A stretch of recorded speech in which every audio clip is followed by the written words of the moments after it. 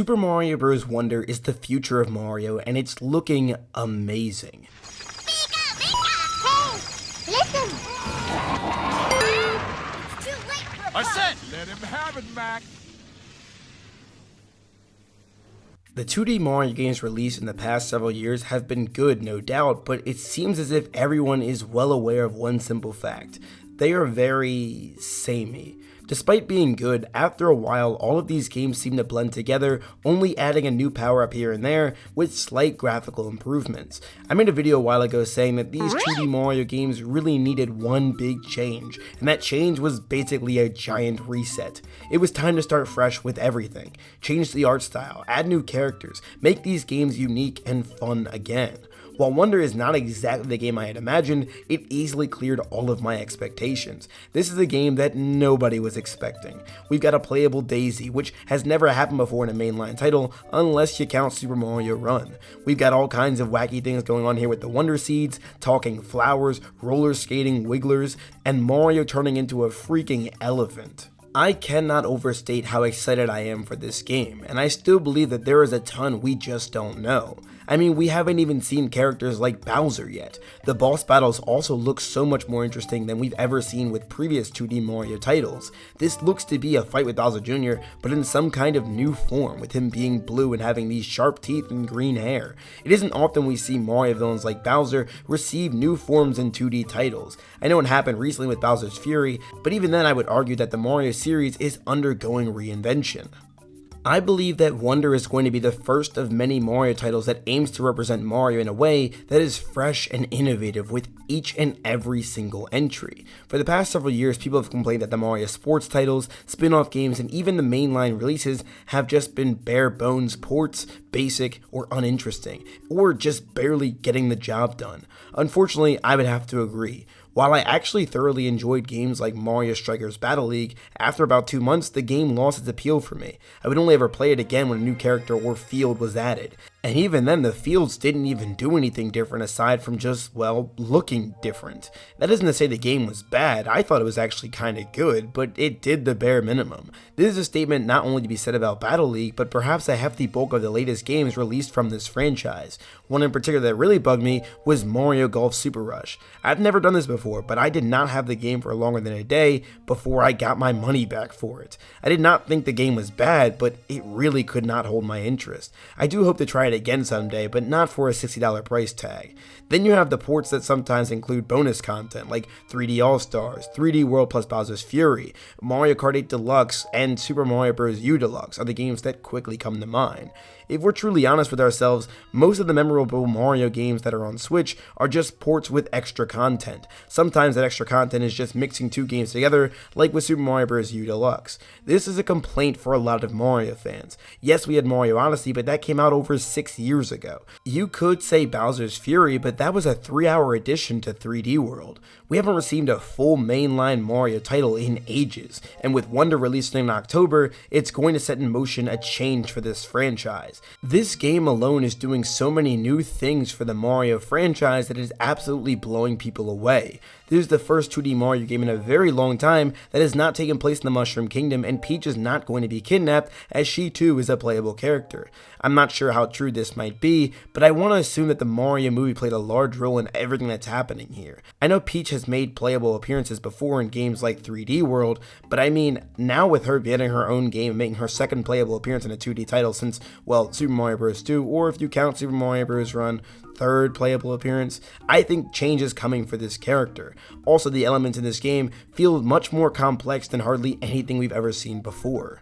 Mario titles are notoriously known for having zero story. In most cases, it's as simple as Peach gets kidnapped, the Mario Bros. Go to save her. While this may not be true for all the 3D games, I would argue that the majority of 2D games receive flack for containing such a bare-bones story. With Wonder, however, the story looks like it's going to be something out of the realm of the usual for Mario. It really makes you wonder what exactly they're cooking up here.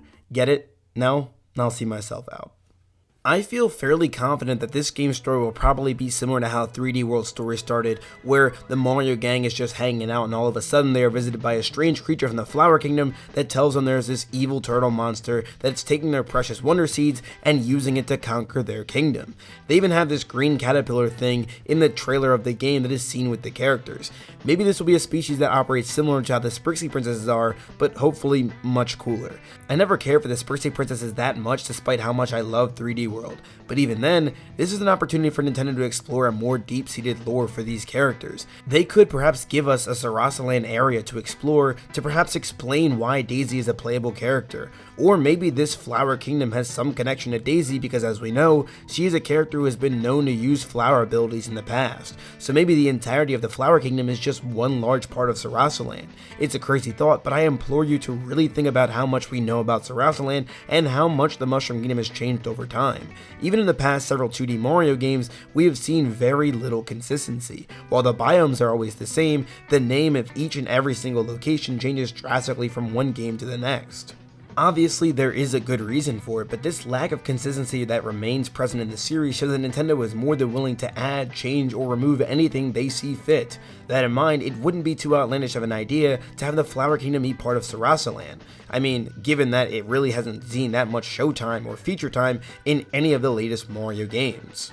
Forgive me for making such bold assumptions. I have just always wanted this series to lean more into its story elements because I firmly believe there's a lot about the Mushroom Kingdom and the Mario universe in general that is worth exploring deeper and deserves refining. I would say this is the perfect time to do it too. With the Mario movie, you've already introduced so many people to the character, the world, and just the general basics of what makes this series what it is. If there was a time to go in and create more innovative stories that have more complex narratives, this is the time to do it. I'm not saying these stories need to be as deep or as complex as a Christopher Nolan movie, but I firmly believe the days of the constant usage of the damsel in distress storyline are over. But going back to the game itself here, the art style this game has is phenomenal. The characters look like shiny action figures or clay toys. I never thought the old Mario Bros. In-game models were bad, but compared to these, they look so stiff and lifeless. And that's just a testament to Wonder's insanely great models and unique charm.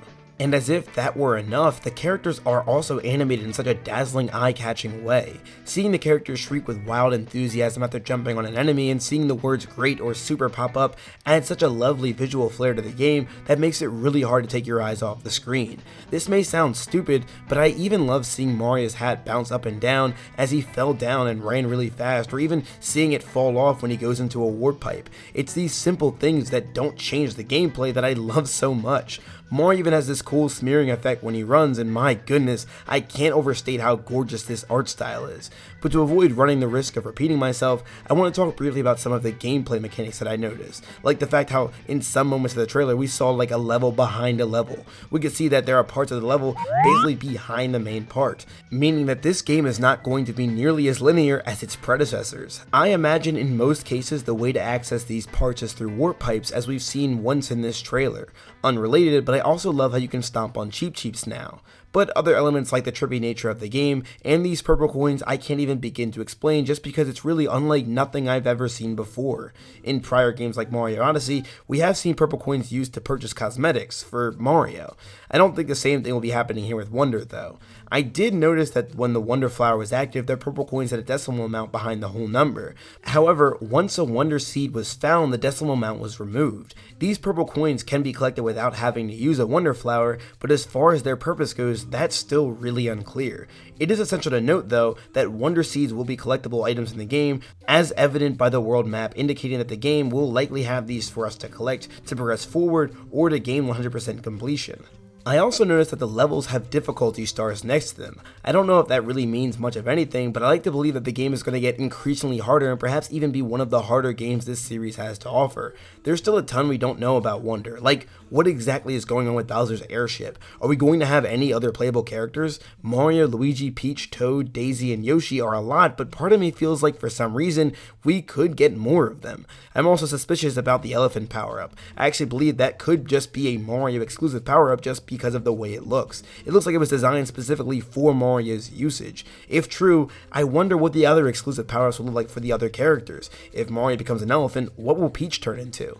Super Mario Bros. Wonder looks like a hilariously fun game with an extremely high ceiling. This game has the potential to change the way we look at not just 2D Mario games and the Mario series, but games in general, and I'm extremely hyped for it. But what do you guys think? Do you have high hopes for Super Mario Wonder? Let me know all of your thoughts in the comment section down below. If you enjoyed this video, don't forget to hit that like and subscribe button for more Super Mario videos. Anyway, with all that said and done, thank you all so much for watching. This is Sonic signing out. Have a super blessed day, y'all. Why are you playing that trash?